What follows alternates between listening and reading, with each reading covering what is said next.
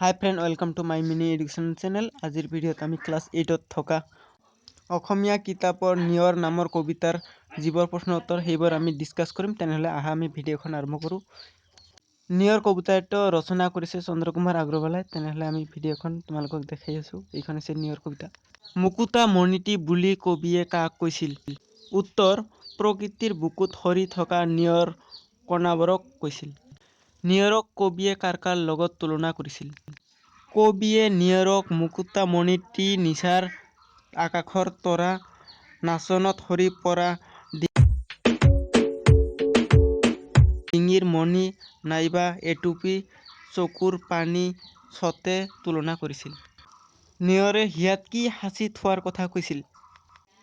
নাচি নাচি হাঁহি থকা সপোনটিৰ কথা নিয়ৰে হিয়াত সাঁচি থোৱাৰ কথা কৈছিল। ফুলনিত কি ছিঙি ৰৈ গ'ল? নিত্য ৰতা পৃথিৱীৰ ডিঙিৰ পৰা ছিঙি পৰা মণি ফুলনিত ৰৈ গ'ল। কবিয়ে কি সৰি থকাৰ কথা কৈছিল? কবিয়ে নিশাৰ সৰ্গত টোপনি যোৱা তৰাবোৰৰ এটি এটিকৈ সৰি থকাৰ কথা কৈছিল।